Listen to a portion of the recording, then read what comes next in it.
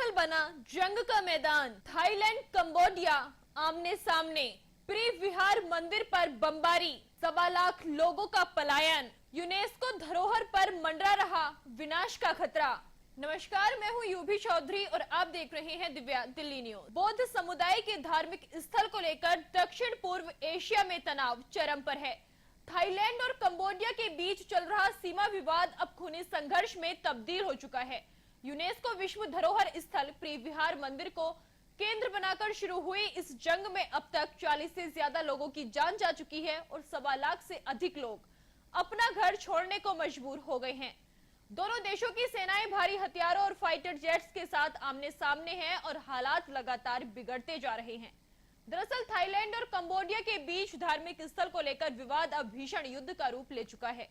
बौद्ध समुदाय के पवित्र स्थल प्री विहार मंदिर और आसपास के इलाकों को लेकर शुरू हुआ ये संघर्ष अब तक 40 से ज्यादा लोगों की जान ले चुका है, जिसमें कई आम नागरिक भी शामिल हैं। थाईलैंड के सरकारी अधिकारियों ने इन मौतों की पुष्टि करते हुए बताया कि अब तक करीब 1.25 लाख लोग इस हिंसक संघर्ष की वजह से विस्थापित हो चुके हैं। थाईलैंड ने जवाबी कार्रवाई के तहत F-16 लड़ाकू विमानों का इस्तेमाल करते हुए कंबोडिया के ठिकानों पर हमले किए।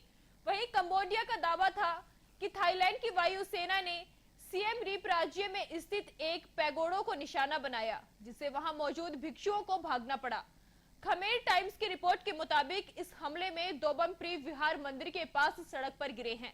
दोनों देशों की सेनाओं ने भारी हथियारों, तोपखानों, BM-21 रॉकेट लॉन्चरों और थाईलैंड के F-16 फाइटर जेट्स का उपयोग किया है, जिससे यूनेस्को विश्व धरोहर घोषित प्री विहार मंदिर को गंभीर नुकसान पहुंचा है।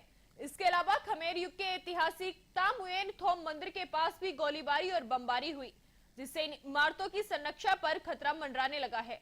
हालात की गंभीरता को देखते हुए अंतर्राष्ट्रीय समुदाय ने दोनों देशों से तत्काल युद्ध विराम की मांग की है और ऐतिहासिक धार्मिक स्थलों की रक्षा के लिए हस्तक्षेप की अपील की है।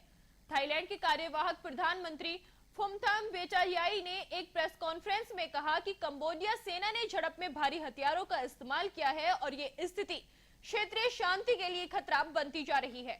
फिलहाल दोनों देशों की सेनाएं पूरी तरह मोर्चा संभाले हुए हैं और हालात बेहद तनावपूर्ण बने हुए हैं। तो थाईलैंड और कंबोडिया के बीच जारी ये हिंसक संघर्ष न सिर्फ क्षेत्रीय शांति के लिए खतरा बनता जा रहा है, बल्कि यूनेस्को द्वारा संरक्षित ऐतिहासिक और धार्मिक धरोहरों के अस्तित्व पर भी गंभीर संकट खड़ा कर रहा है।